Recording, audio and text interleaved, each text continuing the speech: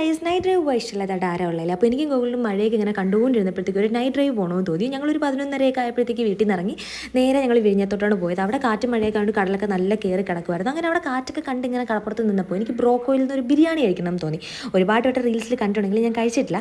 അപ്പോൾ ഞങ്ങൾ വീട്ടിൽ വന്ന് കഥയൊക്കെ തുറന്ന് റെയിൻകോട്ടൊക്കെ എടുത്തു. വീട്ടിൽ വന്നത് റെയിൻകോട്ട് എടുത്തൊന്നും ആരും അറിഞ്ഞില്ല, കാരണം ഞങ്ങൾ നേരത്തെ പോയപ്പോഴേ പുറത്തുനിന്ന് പൂട്ടിക്കൊണ്ടാണ് പോയത്.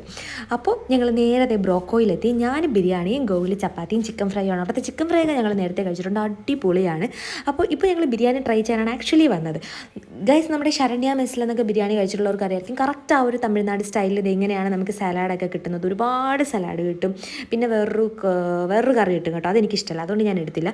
എന്തായാലും നല്ല അടിപൊളി ടേസ്റ്റ് ആയിരുന്നു ഗൈസ്. നല്ല തമിഴ്നാട് സ്റ്റൈൽ ബിരിയാണി ഇഷ്ടമുള്ളവർക്ക് ഉറപ്പായിട്ടും ഇഷ്ടപ്പെടും. പിന്നെ ഞങ്ങളിതിപ്പോൾ കഴിച്ചപ്പോൾ ഏകദേശം ഒരു മണി 1:15 ആയി കേട്ടോ. അപ്പോൾ ലൊക്കേഷൻ വരുന്നത് കഴക്കൂട്ട് UST ഗ്ലോബലിൻ്റെ അടുത്തായിട്ടാണ്. അപ്പോൾ നമ്മൾ ഫുഡൊക്കെ കഴിച്ചിട്ട് നേരെ വീട്ടിലോട്ട് പോവുകയാണ് ഗൈസ്. Okay, by.